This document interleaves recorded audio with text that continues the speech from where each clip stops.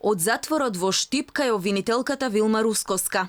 Александар Василевски Нинџа, обвинет за собраниските настани од 27 април, денеска имаше средба во обвинителството за гонење организиран криминал и корупција. Нинџа, кој е клучен сведок на обвинителството за наводните организатори на крвавиот четврток, не бил на поучување кај обвинителката Рускоска што да зборува како сведок, кога за неколку дена ќе треба да се појави во судница. Од организиран велат дека дошол да даде исказ, оти му се заканувале затвореници.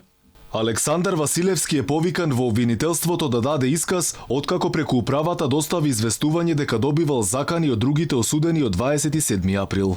Алфа побара информации од затворската управа.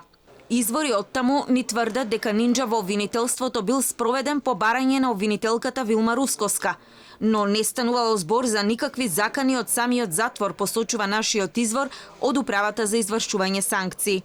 Дополнително се отвара правна дилема. Нинџа и да имал закани од затвореници.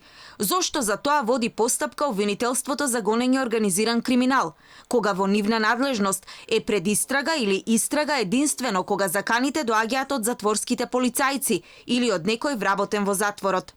За закани упатени од затвореници до затвореници, правото предвидува постапката да ја водат основните обвинителства.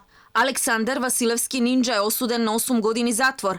Неговата казна е меѓу најниските од 33-цата обвинети за терористичко загрозување на уставниот поредок. Според адвокатите на дел од обвинетите, исказот на Нинџа беше столб на новото обвинение на Рускоска за организаторите на крвавиот четврток, зашто им се суди на поранешните министри Милејана Киевски, Спиро Ристовски, екс-директорот на УБК Владимир Атанасовски и поранешниот председател на Собранието Трајко Велјановски.